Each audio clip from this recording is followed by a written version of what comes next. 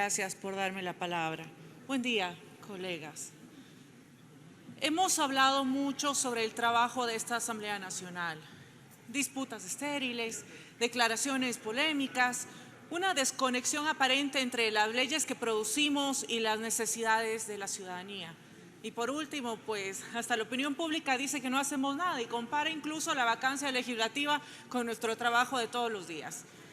Y colegas, nosotros sabemos que eso no es así. El Ecuador también tiene que escucharlo de nosotros, lejos de estos episodios que desvirtúan nuestro trabajo legislativo. En esta Asamblea Nacional y en comisiones también trabajamos y mucho. Y puedo decir justamente que el trabajo de la Comisión de Relaciones Internacionales y Movilidad Humana en la elaboración de este proyecto que tenemos el día de hoy es justamente esto, el reflejo de un trabajo mancomunado enfocado en apoyar una iniciativa que no importa de dónde venga, pero es beneficiosa no solo para los ecuatorianos, sino también para quienes viven en nuestro país huyendo de los horrores que han vivido en sus lugares de origen, huyendo de la crisis económica, huyendo de la violencia, de la infamia que les ha tocado atravesar.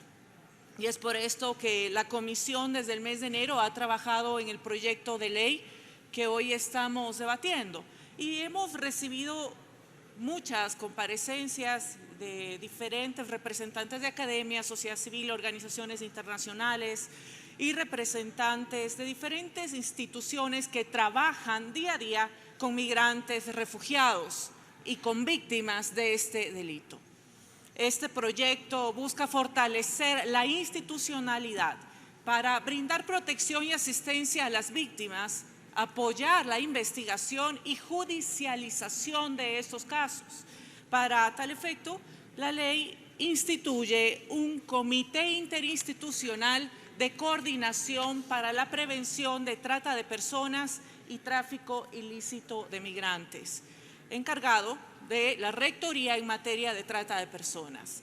Y este órgano estará a cargo de la elaboración de políticas públicas para la prevención, investigación, protección integral y asistencia a las víctimas. Y es que la trata de personas, colegas, y el tráfico ilícito de migrantes es un delito que trasciende la soberanía de los estados nacionales y también el ordenamiento jurídico, ¿verdad? Las mafias que se dedican a este crimen extienden sus tentáculos más allá de las fronteras, involucran a toda una estructura delincuencial que obliga a redoblar nuestros esfuerzos para poder combatir este mal. Y de acuerdo con los datos de la Oficina de Naciones Unidas para las Drogas y el Crimen, el 30% de las víctimas de este delito son menores de edad, el 30%. Los niños que son utilizados con fines de explotación laboral se incrementaron del 3% al 15% y las niñas tratadas con fines de explotación sexual se incrementaron del 9-10% al 19% en tan solo 2 años. Y ambos delitos afectan, por supuesto, a los más vulnerables. El 79% del total de mujeres que han sido víctimas de trata de personas han sido sometidas a explotación sexual. Pero estos datos, que son crudos y nos golpean, colegas, no abarcan la totalidad del problema. El subregistro es una de las dificultades más grandes que tienen las autoridades para identificar a las víctimas, para darles asistencia, para sancionar a los responsables de esta explotación. Y el estándar de Naciones Unidas nos dice que por cada caso denunciado existen 20 casos que no han sido denunciados. Y en el país, entre el año 2014 y 2021, se han denunciado 982 casos de trata. Entonces, si tomamos en cuenta la relación definida por la ONU, la cifra real sería cercana a 20.000 víctimas en 7 años. Y esto a pesar de que el Código Orgánico Integral Penal, en sus artículos 91 al 94, sí lo define y establece el delito y las sanciones que oscilan entre los 13 a los 26 años de prisión.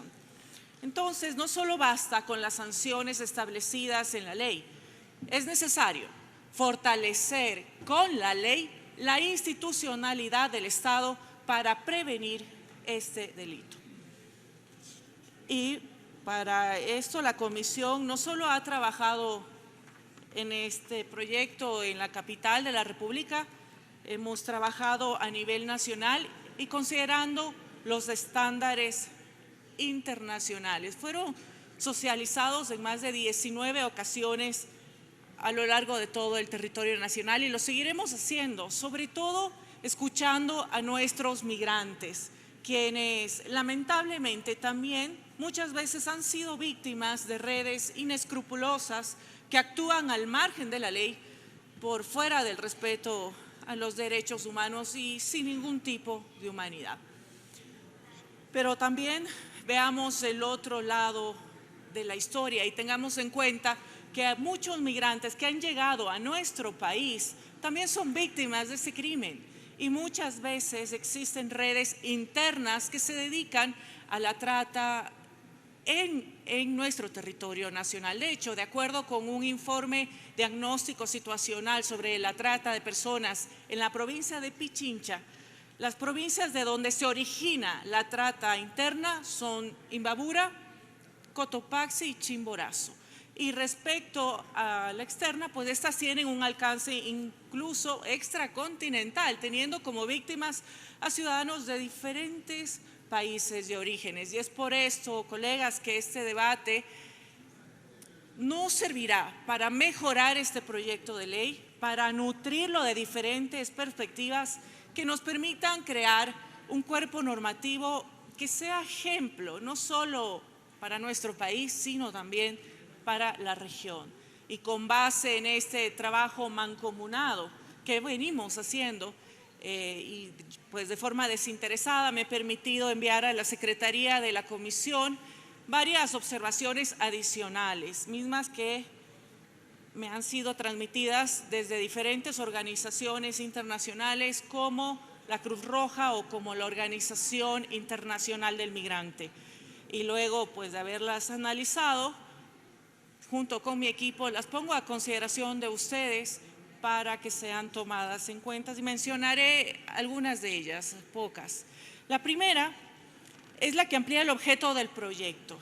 Incluye un texto alternativo en el cual se hace referencia a la necesidad de dar atención a las víctimas de trata de personas y tráfico ilícito de migrantes, garantizando los derechos humanos de las víctimas y posibles víctimas de este delito, tanto las residentes o trasladadas en el territorio nacional como los ecuatorianos en el exterior también, por supuesto. Y la segunda plantea un texto alternativo en el artículo 3, específicamente el literal F, mismo que se relaciona con la promoción de la cooperación internacional bilateral, multilateral y triangular con otros estados y organismos internacionales en materia de prevención de trata de personas y tráfico ilícito de migrantes y protección a las víctimas.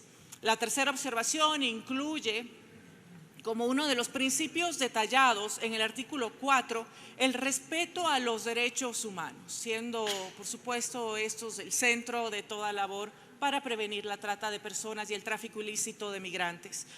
Otro de los principios en los cuales me permito sugerir un texto alternativo es sobre la protección de datos y confidencialidad, porque considero pertinente incluir al final de este literal lo siguiente: el Estado garantizará la seguridad de los datos contra accesos no autorizados y para protegerlos de una posible corrupción durante todo su ciclo de vida.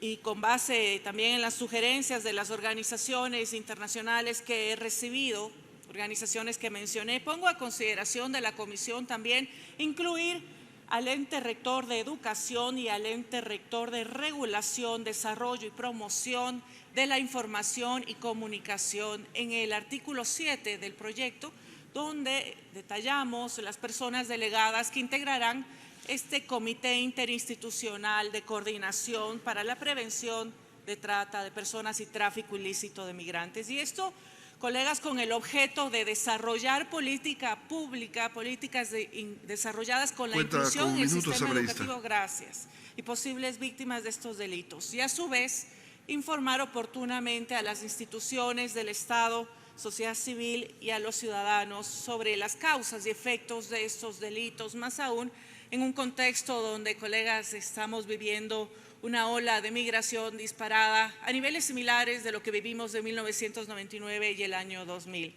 Y esta nueva ola migratoria viene acompañada de noticias tristes como las que escuchamos y nos llaman a la acción, como del ecuatoriano de 4 años abandonado hace 3 días en la frontera entre Estados Unidos y México por traficantes de migrantes, o el caso de los 13 connacionales que se encontraron hace un día hacinados en un camión con doble fondo en el estado de Nuevo León, en México, y de quienes se presume intentaban cruzar la frontera hacia los Estados Unidos, acompañados de ciudadanos nicaragüenses, salvadoreños, cubanos, hondureños y dominicanos. Y como podemos ver, colegas, es que a quienes cometen este delito no les importa nada, no les importa la procedencia, no les importa absolutamente nada. Solo se aprovechan de la desesperación de quienes no han logrado tener oportunidades en sus países de origen. Y a esto nos enfrentamos. Y contra estos grupos delincuenciales transnacionales es con quienes debemos pelear y responder con todas las fuerzas de nuestras instituciones, y para eso es esta ley. Como lo mencioné semanas atrás en la socialización que realizamos al sur de la ciudad de Quito, la Asamblea Nacional no puede ni debe perder esta oportunidad de tratar y aprobar una ley que fortalezca la institucionalidad para prevenir este terrible delito. Colegas, no podemos pasar por alto este proyecto, así que yo les pido y los invito a que discutámoslo, mejorémoslo, pero démosle al país las respuestas y soluciones que necesita. Quiero agradecer finalmente a todos los colegas de la comisión y, por supuesto, a todo el equipo asesor porque han hecho un gran trabajo. Muchas gracias, señor presidente.